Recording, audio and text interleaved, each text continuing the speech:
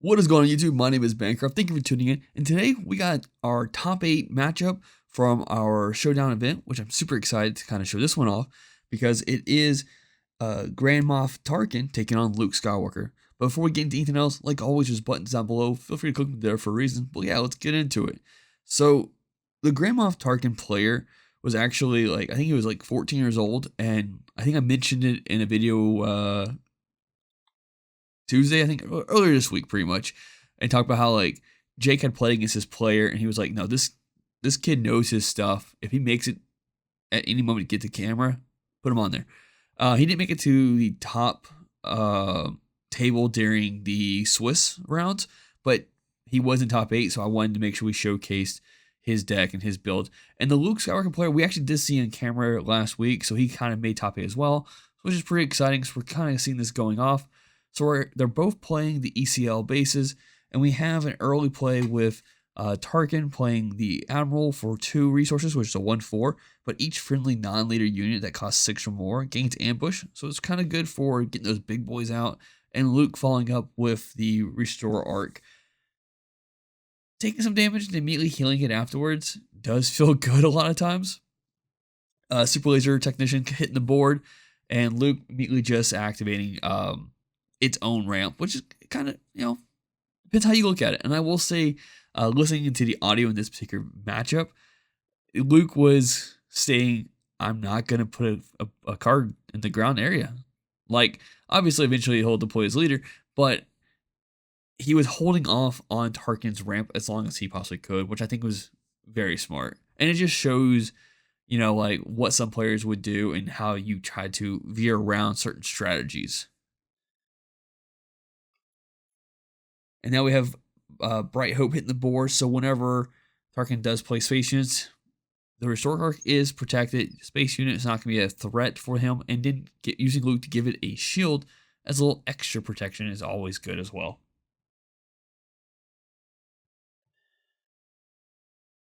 So now we're sitting at 5 resources to 6 resources. And if I recall correctly, Luke can be deployed this phase. Yes, he can. And oh yeah, I didn't really go over it. We haven't seen Tarkin on camera a lot on our channel. So as a reminder, Tarkin on the undeployed side is an action 1 resource. You exhaust it, give an experience token to an Imperial unit. And then on the deployed side, just on attack, you may give an experience token to another Imperial unit, which is pretty cool. We're going to see that happen in a second when he starts attacking with it. We are sitting at a 4/4 when it comes to base damage.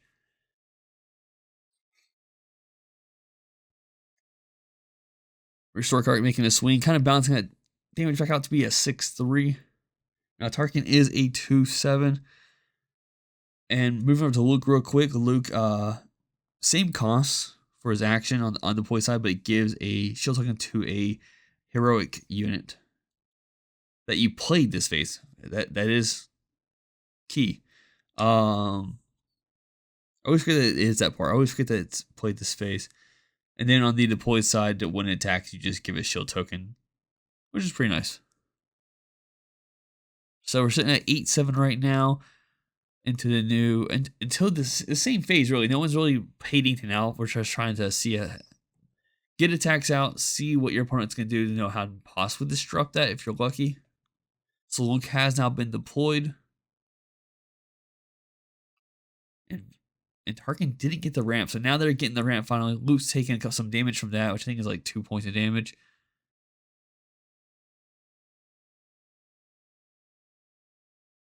It is the Luke's player's turn currently.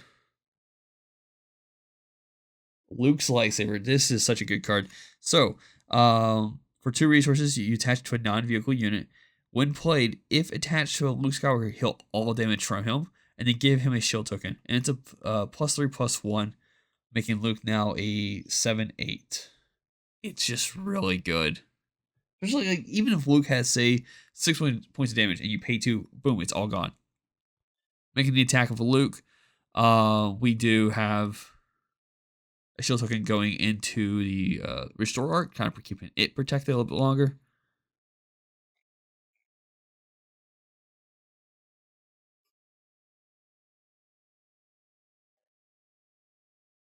So now we're sitting at 8 resources each, I think. and Vader hits the board. Now this is tricky. I'm hoping the way he's shooting for is to get something that either has ambush to kind of get rid of the shield and then follow up with something else, or get the unit that allows you to, it gives a +2/+2 to another Imperial unit and makes an attack with it. Let's see what he ends up pulling.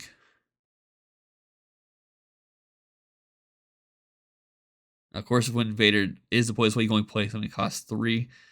We do get the Palpatine's bodyguard card. I can't remember the full name off the top of my head right now. But it's a nice little Sentinel because Tarkin is an official, so Sentinel is active, and Luke went ahead and just... No, sorry. Luke player decided to use his ECL to play Obi-Wan to take it out. And then Tarkin kind of hitting Obi-Wan for what damage it can.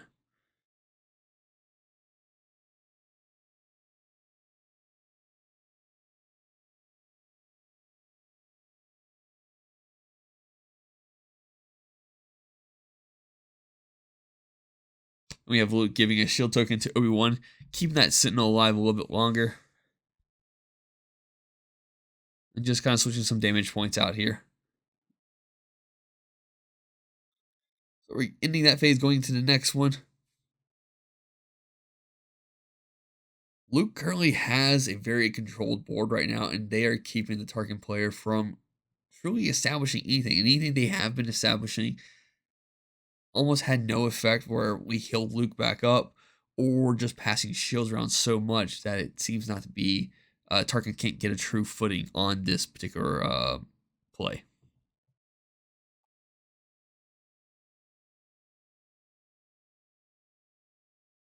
So it is Tarkin player's turn. So he's paying 7 once again for another Vader. I get shooting for the same thing, hopefully, you know? It's always good when you see back-to-back Vaders.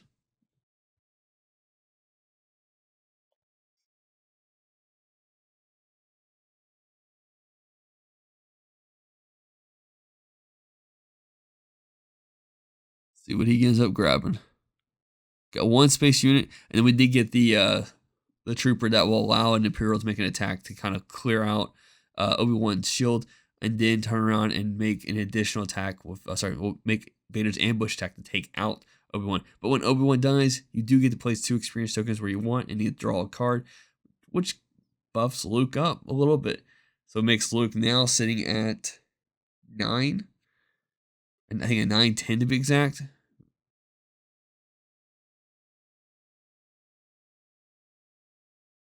That's going straight into the base. And we have another Obi-Wan hitting the board. I mean, like, just for the protection of it. So yeah, that takes up for that round. We will be going to a sideboard, switching over to round 2.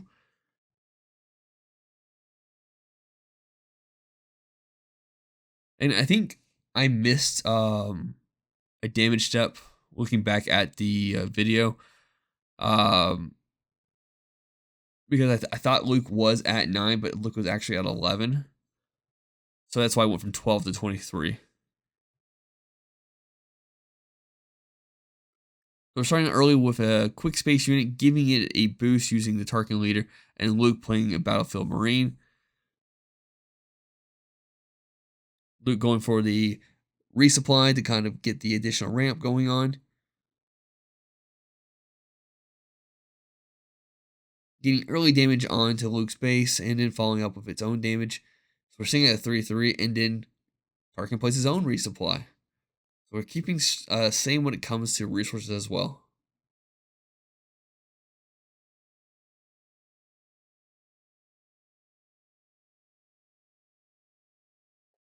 Bright Hope hits the board, kind of protecting the Luke space area. Now Luke can turn around and give that Bright Hope a shield. We have Command hitting the board, which Command allows another additional ramp. On top of that, it allows a friendly unit to deal damage equal to its power to a non-unique enemy. So getting rid of the Battlefield Marine. We have the space unit getting another little boost from the leader, deploying the leader, and immediately attacking the leader.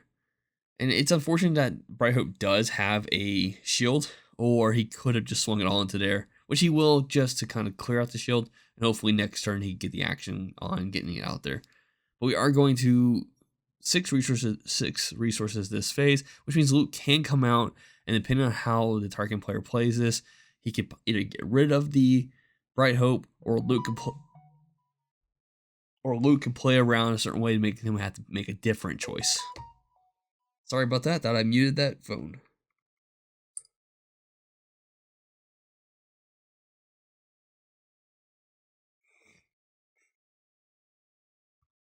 Got Vader coming out right here to pretty much take care of this Obi-Wan, who once again was ECL'd using Luke's ability. Using the ECL to give it ambush.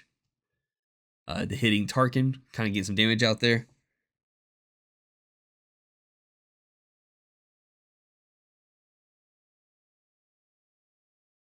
We got Vader kind of picking out a few things right now. See what we can get going on here.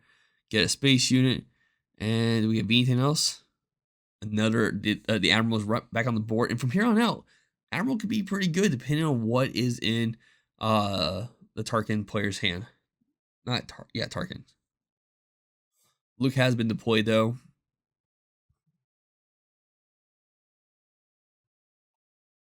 And Bright Hope got the experience for Obi-Wan. Get some damage on the base. Now we're sitting at a 3-7. And Luke making his attack, which unfortunately gives Bright Hope another shield.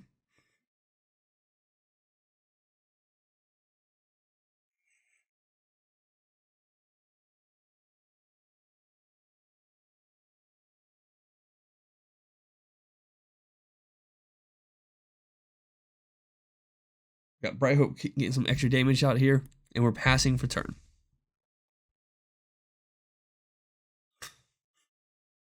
So Tarkin, if they want to, they need to get rid of Luke fast before Luke gives too many shields out there. The problem is that if you can't take Luke out in one hit, we may see what happened last round, and the Luke's lightsaber hitting the board, clearing all damage once more.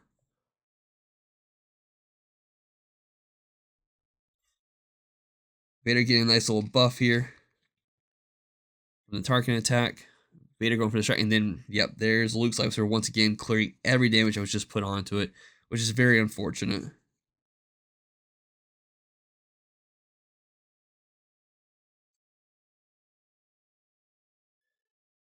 Palpatine being played kind of provided a little extra defense, keeping Luke from attacking directly. But the Force is with me, gives Luke a shield, gives it 2 experience tokens, and is just kind of applying that pressure where it needs to be. Luke is making an attack here, giving another shield to Bright Hope.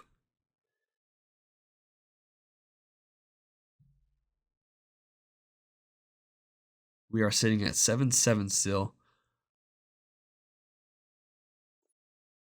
Tarkin plays, I can't remember the name of the unit on top of my head, but what it does, it buffs all other Imperial units on the board. Just kind of hopefully getting that little extra damage when push comes to shove on Tarkin's side. Tarkin took the initiative. At this point, it's unfortunate that they cannot go into Bright Hope because like I said, those shields are just keeping it alive. And Luke also has a shield as well, kind of protecting it from attacks.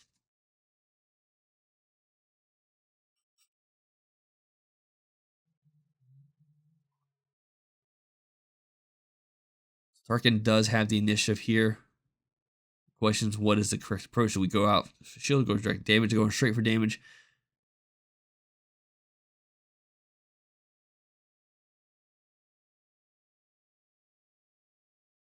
Playing the actual Luke battle card, or unit, taking out the space unit here with that.